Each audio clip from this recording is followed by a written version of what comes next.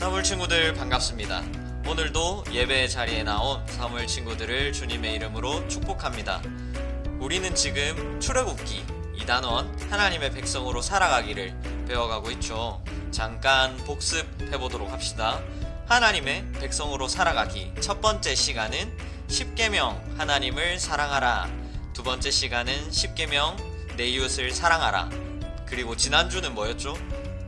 성막을 지었어요 였습니다.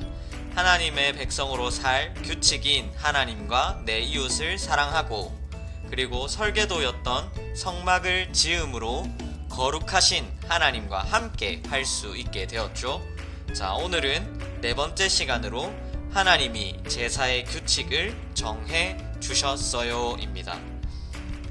레위기 11장 45절 말씀 우리 한 목소리로 읽어보도록 하겠습니다. 시작. 나는 너희의 하나님이 되려고 너희를 애굽 땅에서 인도하여 낸 여호와라. 내가 거룩하니 너희도 거룩할지어다. 한 번 더 읽어볼게요. 나는 너희의 하나님이 되려고 너희를 애굽 땅에서 인도하여 낸 여호와라. 내가 거룩하니 너희도 거룩할지어다. 아멘. 하나님이 제사의 규칙을 정해 주셨어요 라고 했을 때 무슨 또 규칙이야 라고 생각하지 말고, 우리는 왜 제사, 예배를 드려야 하고 예배에 어떤 요소가 들어가 있는지 오늘 말씀을 통해 알아보도록 합시다. 자, 혹시 친구들은 정리를 잘 하는 편인가요? 자기 책상이나 옷, 이불 같은 거 말이에요. 왜 우리가 정리를 잘 해야 될까요? 좀 쉬운 말로, 왜 어지르면 바로바로 치워야 될까요? 왜냐하면 이후에 필요할 때 그 물건을 찾지 못하기 때문이죠. 정리가 제대로 되지 않는다면 더욱 더 더러워지기 때문입니다. 물건을 제때 찾지 못하고 계속 더러워지기 때문에 우리는 정리를 제때 해야 돼요.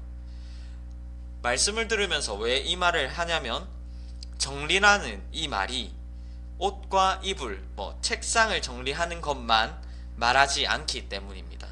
여기서 지난주에 했던 말씀을 우리가 떠올려 봐야 되는데, 하나님께서 우리와 함께 하시기 위해 성막을 지으라고 하셨어요.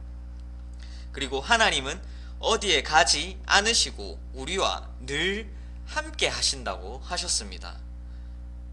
하지만 우리가 죄를 짓고 하나님의 곁을 떠나는 거예요. 우리는 이 죄를 정리하지 않으면 우리와 하나님과의 거리는 더욱 멀어지게 될 겁니다. 여기서 우리가 하나님께 예배 드리는 이유 하나가 나의 잘못된 것을 바로잡기 위해서라고 할 수 있어요. 이걸 속죄라고 합니다. 잘못된 것을 바로잡음. 온갖 정리해야 될 죄들을 깨끗이 치워 다시 하나님 안으로, 하나님과 함께 하는 것이에요. 하지만 이 죄는 내가 이제 치워야겠다 해서 치울 수 있는 게 아니에요. 이스라엘 백성들은 그렇기 때문에 성막을 지었고 제사를 드리게 된 겁니다. 하나님은 거룩하시기 때문에 우리가 지은 죄의 대가를 치루어야 했어요. 희생제물을 하나님께 바치는 것으로 말이죠. 이스라엘 백성들은 이날을 대속죄일이라 했습니다. 1년에 한 번 이날을 지킴으로 하나님 앞에서 희생제물을 통해 속죄했다는 거예요. 하나님은 거룩하시기 때문에 죄에 대한 희생제물을 요구하십니다. 사랑의 하나님이니까 이런 잘못은 그냥 넘어가 주시지 않을까요? 봐주시지 않을까요? 라고 생각할 수 있지만 결코 그렇지 않아요. 하나님은 사랑의 하나님인 동시에 공의의 하나님이기 때문에 사랑과 공의는 하나님의 완전한 속성이에요. 완전히 사랑이시고 완전한 공의이시기 때문에 사랑한다고 봐주지 않아요. 사랑하기 때문에 정확한 그 대가를 요구하십니다. 죄에 대한 대가. 그래서 이 당시에는 이스라엘 백성들이 이 대속죄일에 1년에 한 번씩 황소나 염소나 양이나 비둘기를 가지고 와서 배를 가르고 불에 태우고 피를 빼고 하는 거였어요. 하지만 신약에는 이렇게 나옵니다. 이는 황소와 염소의 피가 능히 죄를 없이 하지 못함이라. 히브리서 10장 4절 말씀. 이 말이 무슨 말이냐면 이스라엘 백성들이 1년마다 했던 이 제사들은 죄를 씻기 위함이 아니라 내가 죄를 지은 사실을 기억하고 하나님 앞에 나아간다는 날이었다는 거예요. 황소와 염소의 피가 사람의 죄를 씻지 못한다고 신약에서는 말씀하십니다. 이들의 제사는 죄를 지었음을 기억하게 하기 위함이었어요.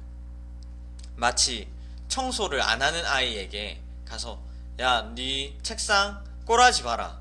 청소 안 했지? 라고 말해주는 것과 같아요. 청소를 하는 것이 아니라 청소해라. 너 청소 안 했지? 더럽지? 이거 봐봐 라고 하는 것과 같았다라는 거예요. 하지만 예수님께서 우리 가운데 오심으로 우리는 이 죄를 씻을 수 있는 능력을 받은 거예요. 예수님의 보혈을 우리가 믿고 그분을 바라봄으로 우리는 우리의 죄를 예수 그리스도의 이름으로 씻을 수 있게 된 겁니다. 이게 이스라엘 백성들과 우리의 가장 큰 차이예요. 이스라엘 백성들은 성막을 짓고 그 성막 안에서 제사의 규칙을 따르면서 죄를 기억하고 내가 죄인이구나 라는 것만 깨달을 뿐이었지 죄를 씻어내지 못했어요. 하지만 우리는 1년에 한 번도 아니고 매일매일 우리가 기도하고 예배하고 말씀을 봄으로 예수 그리스도의 보혈을 힘입어 나는 죄인에서 의인이 될 수 있다라는 겁니다. 그렇기 때문에 우리는 하나님의 곁을 맴도는 것이 아니라 하나님과 항상 함께 할 수 있게 된 거예요. 하나님이 제사의 규칙을 정해 주셨습니다. 이스라엘 백성들에게. 그리고 그 제사의 규칙을 예수 그리스도가 오심으로 예수님께서 모두 행하심으로 우리는 이 제사의 규칙에 얽매이지 않고 예수님 한 분만으로 죄를 씻고 회개하며 하나님 안에 거할 수 있게 된 거예요. 우리는 이 레위기서에 나오는 수많은 율법과 규칙들이 예수님 한 분으로 모두 이루어졌다는 걸 알아야 하고 그분으로 인하여 나는 죄를 속죄할 수 있고 나의 더러운 것들을 다시 바로잡을 수 있으며 나는 비록 죄인이었지만 예수님으로 인하여 하나님의 자녀로 하나님과 함께 할 수 있다는 걸 분명히 기억해야 합니다. 사무엘 친구들 한 주간 지낼 때에 우리는 수많은 죄의 유혹으로부터 공격받아요. 하지만 그 공격을 받을 때 죄로 인해 넘어질 때 죄를 지을 때 우리는 이스라엘 백성들처럼 1년에 한 번 희생제물을 드림으로 내가 죄인임을 깨달을 것이 아니라 그 죄로 넘어질 때 죄의 유혹이 나에게 틈탈 때 예수 그리스도의 이름으로 이겨내고 죄를 극복하여서 하나님 안에 늘 거하는 우리 사물 친구들이 되기를 소망하고 축복합니다. 그러면 한 주간 예수님의 이름으로 승리하며 다음 주에 만나는 우리 사물 친구들 되도록 합시다. 빨리 코로나 끝나서 다 같이 만나고 예배 드렸으면 좋겠네요. 그럼 그때까지 예바.